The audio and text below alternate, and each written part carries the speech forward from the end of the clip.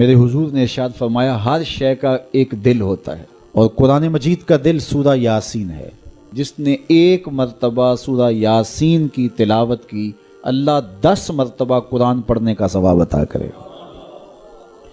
تو اپنی صبح کا آغاز سورہ یاسین سے کیا کریں، کچھ وقت نہیں لگتا، نماز فجر کے بعد اشراق تک سورہ یاسین پڑھ لیا کریں۔ سورہ یاسین اگر آپ پڑھ کے اپنے دن کا آغاز کرتے ہیں، آپ کا سارا دن خیر سے گزرے گا۔ اس دن اگر کاروبار کریں گے تو برکت ہوگی، اس دن کسی کام کو جائیں گے تو رحمت ہوگی، اس دن بہت ساری بیماریوں سے، آفات و بلیات ارضیہ و سماویہ سے، دشمنوں کے حسد سے، مبغضین کے بغض سے بچے رہیں گے، لوگوں کے شر سے، حادثات سے محفوظ رہیں گے۔ تو اپنے دن کا آغاز سورہ یاسین سے کریں، اور کتنا بڑا اجر ہے۔ آپ ایک سال میں بھی شاید 10 قرآن مجید نہ ختم کر سکیں، اور سورہ یاسین پڑھیں تو 10 مرتبہ قرآن مجید پڑھنے کا ثواب نصیب ہوگا۔ رسول کریم نے ارشاد فرمایا اِنَّ سورۃ فی القرآن 30 آیہ، قرآن مجید میں ایک سورت ہے جس کی 30 آیات ہیں۔ اگر کوئی شخص اس کی تلاوت کرتا ہے تو وہ سورت پڑھنے والے کی شفاعت کرتی ہے، اور اتنی بار شفاعت کرتی ہے کہ اس کو بخشوا کے چھوڑتی ہے۔ وہ سورت کون سی ہے؟ وَهِيَ تَبَارَكَ الَّذِي بِيَدِهِ الْمُلْكُ، یہ سورۃ الملک ہے، 30 آیتیں ہیں۔ جو شخص اس کی تلاوت کرے، یہ اتنی بار سفارش اللہ کی بارگاہ میں کرتی ہے کہ اپنے پڑھنے والے کو بخشوا کے چھوڑتی ہے۔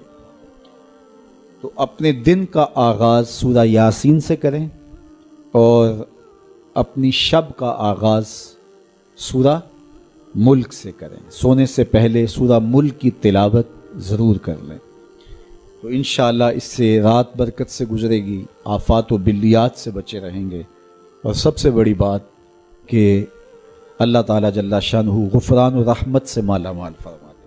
حضرت شداد بن اوس رضی اللہ تعالیٰ عنہ فرماتے ہیں کہ ہم حضور کی خدمت میں بیٹھے ہوئے تھے، فقال، تو آقا کریم علیہ الصلوۃ والسلام نے بیٹھے بیٹھے ارشاد فرمایا تمہارے اندر کوئی اجنبی شخص تو نہیں؟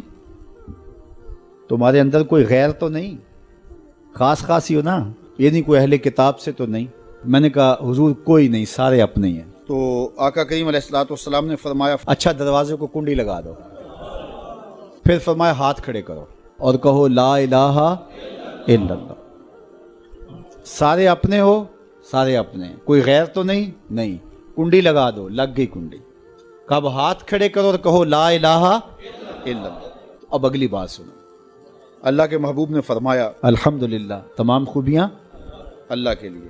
اے اللہ تیری تعریفیں ہیں، تو نے مجھے حق کے ساتھ اس کلمے کے ساتھ مبعوث کیا، تو نے وعدہ کیا ہے، مجھے حکم دیا اس کلمے کی تبلیغ کا، اس کے پیغام کی نشر و توزیع کا، اس کلمے کے نور کو ایک ایک سینے میں اتارنے کا۔ مالک میں نے وہ اتارا اور میں نے اس پیغام کو پہنچایا۔ مالک پھر تو نے اس کلمے کے حاملین کے لیے جنت کا وعدہ بھی کیا ہے، اور تو وعدے بھی سچے کرتا ہے، تیرا وعدہ جھوٹا نہیں ہوتا، تو وعدے پورے کرتا ہے۔ اللہ اکبر، یہ حضور نے ارشاد فرمایا۔ ثم قال، پھر اللہ کے محبوب نے فرمایا بشارت ہو، اللہ نے تمہیں معاف کر دیا، اللہ نے تمہاری خطائیں معاف کر دی، اللہ نے تمہارے گناہ بخش دیے۔ تو صحابہ کو اللہ کے محبوب نے بشارت دی۔ ایک اور روایت سنی حضرت ابو ہریرہ رضی اللہ تعالیٰ عنہ سے، جس نے ایک دن میں 100 مرتبہ سبحان اللہ و بحمدہ پڑھا۔ کتنی مرتبہ؟ 100 مرتبہ۔ کیا پڑھا؟ سبحان اللہ و بحمدہ۔ فرمایا کہ اس کے گناہ سمندر کی جھاگ کے برابر بھی ہوں تو اللہ معاف فرما دے گا۔ تو یہ اپنے وظائف میں شامل کر لیجئے، سبحان اللہ و بحمدہ۔ اور حدیث بخاری ہے، بلکہ بخاری کی سب سے آخری روایت ہے کہ 2 کلمے ایسے ہیں جو اللہ کو محبوب ہیں اور زبان پر مشکل نہیں، زبان پر بڑے آسان ہیں، اور جب میزان پہ رکھے جائیں گے تو پلڑے کو جھکا دیں گے، بڑے بھاری ہیں میزان پہ۔